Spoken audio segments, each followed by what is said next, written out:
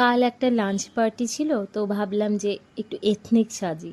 তো আমি সাধারণত একদম সিম্পল সেজে থাকি, কিন্তু কাল মনটা বললো চলো আজ একটু বড় কানের দুল পরি, আর হাতে চুড়ি পরি, গলায় মালা।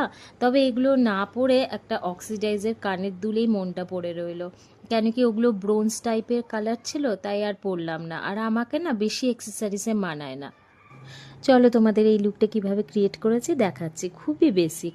প্রথমে মুখটা ভালো করে ক্লিন করে নিলাম, তারপর লাগালাম আমার প্রিয় নায়াসিনামাইড সিরাম। আর তারপরে আমার ডেলি ময়েশ্চারাইজার। আজকে স্নেল লাগাইনি, খুব গরম লাগছিল তাই বাদ দিলাম। তবে সানস্ক্রিন তো মাস্ট, যেহেতু দিনে বেরোবো আর হালকা মেকআপ করব। আমার চোখের চারপাশ বেশ কালি, একটু ডার্ক সার্কেল পড়েছে, আর ঠোঁটের পাশেও একটু ডার্কনেস, তাই ম্যাবলিনের কনসিলার দিয়ে ওই জায়গাগুলো কভার করলাম আর ভালো করে ব্লেন্ড করে নিলাম। তারপর নাইকার সেটিং পাউডার দিয়ে সেট করে নিলাম। চোখে দিলাম বেসিক আইশ্যাডো যাতে ডার্ক সার্কেল ভালোভাবে কভার হয়। তারপর কাজল, মাস্কারা আর আমার পছন্দের লিপস্টিক লাগালাম। আর হ্যাঁ, সেই কানের দুল যেটা কাল থেকে চোখে লেগে আছে, ছাড়া যাচ্ছিল একদম। শেষে চুলটা ব্রাশ করে নিলাম, আর এই হলো আমার ফাইনাল লুক।